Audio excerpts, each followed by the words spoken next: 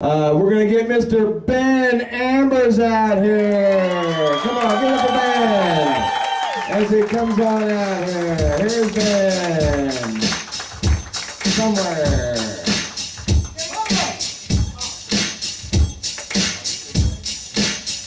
I'm going to let this song play for a second. I'm going to appreciate it. What? I wish I was a little bit taller, y'all.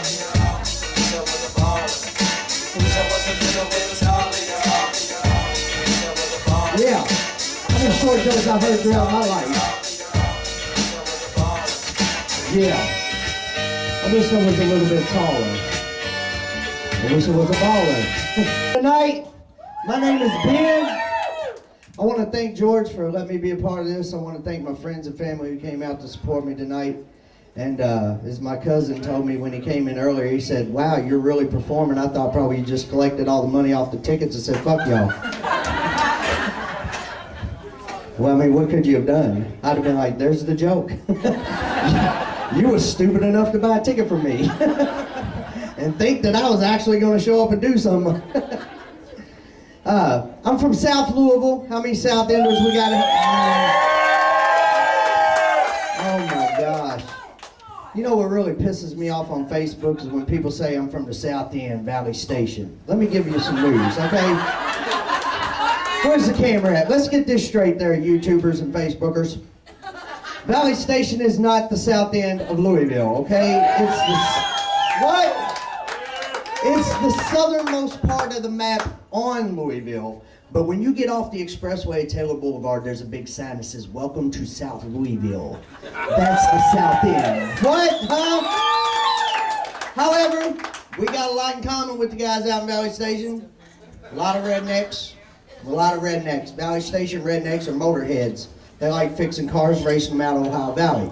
So Valley Station is a place where you can go get your car fixed. South Louisville is a place where you can come get your car back.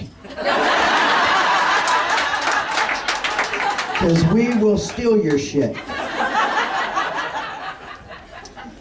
Between growing up in South Louisville and the Wyandotte Park area, I also grew up at 18th and Hill. My dad bought a house down off Galbert, and that was the ghetto. I consider myself a ghetto redneck. And the difference between South Louisville and 18th and Hill is in South Louisville, you can come get your car back. 18th and Hill, you can go get your car jacked. Either way, you're going to end up without a vehicle at the end of the fucking night. But I just want to inform everybody, ladies, just recently got laid off from my job, so you know what that means. Hide your purses. I am window shopping. See a whole lot of nice cameras on tripods. I'll tell you what, I'm glad I grew up between South Louisville and the West End because it was good to grow up with all that diversity and multicultural. And I credit those two neighborhoods for making me what I am today, a convicted felon.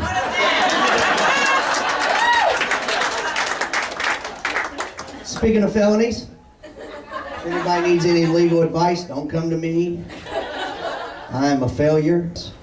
But my last stay in the prison system, I went through orientation like everybody does, and they give you the rundown of the do's and don'ts and the whatnots and what wills.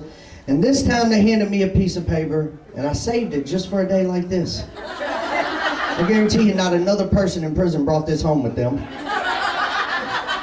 It's called the Rape Elimination Act of 2003.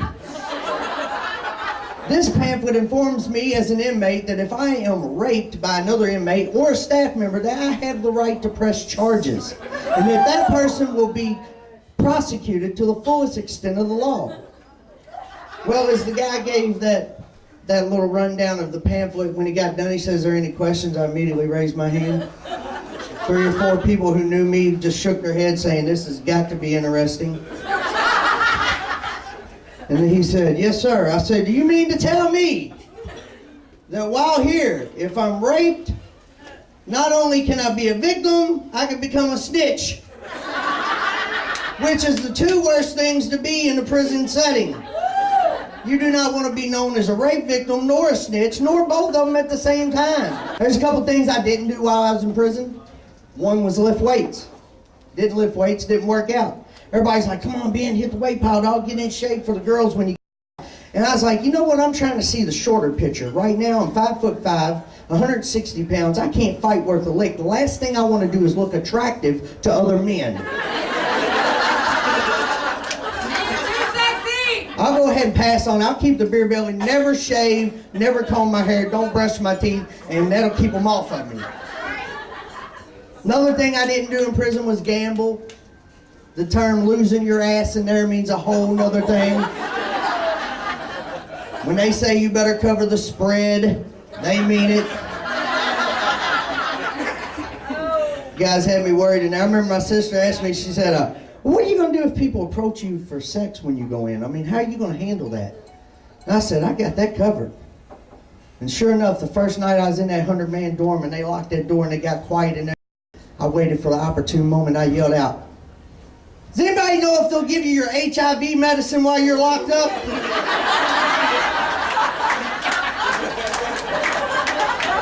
I think mine's flaring up.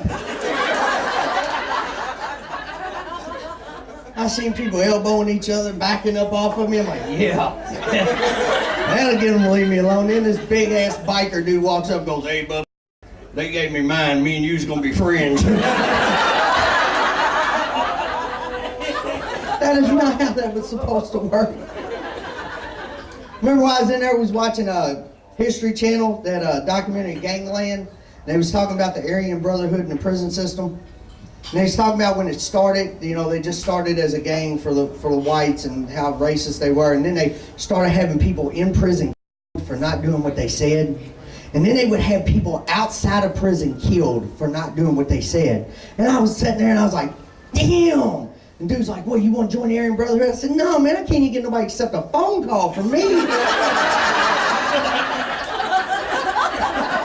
I mean, how tough do you gotta be? You write a letter and people are like, man, you better hurry up and kill this dude. He might get out in 30 years. I wish somebody would write me from inside and got a life sentence, tell me to kill somebody. I'm like, here's what you do. Get a furlough, or make parole, or matter of fact, beat your charges and then come out here and make me kill somebody.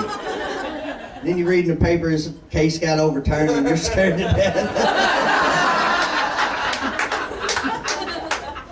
Another thing that happened to me while I was incarcerated was my girlfriend joined the Sisterhood of the Traveling Pants. That slut. Should knew not to trust her. There's some things that are hard to do once you get out of prison, is having a felony record. One thing is get a job. Oh my gosh, it's difficult to get a job. Yeah, I hear the felons. Tell me about it. Me personally, I like the challenge. I went and applied for a job at AT&T. I handed them my application. The woman read over. She said, sir, we do not hire convicted felons. I said, well, you should. I'm the perfect candidate for the job. She goes, then how do you figure? I said, I've seen more bars in more places.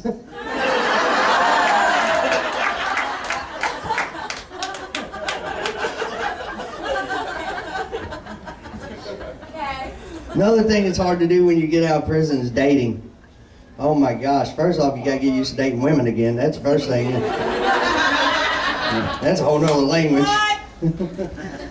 But you know how hard it is to date me. Once again, I like a challenge, so I'm watching a commercial that eHarmony says, you know, just get online and get a free profile, we'll match you up. I'm like, wait till you see what I got to say.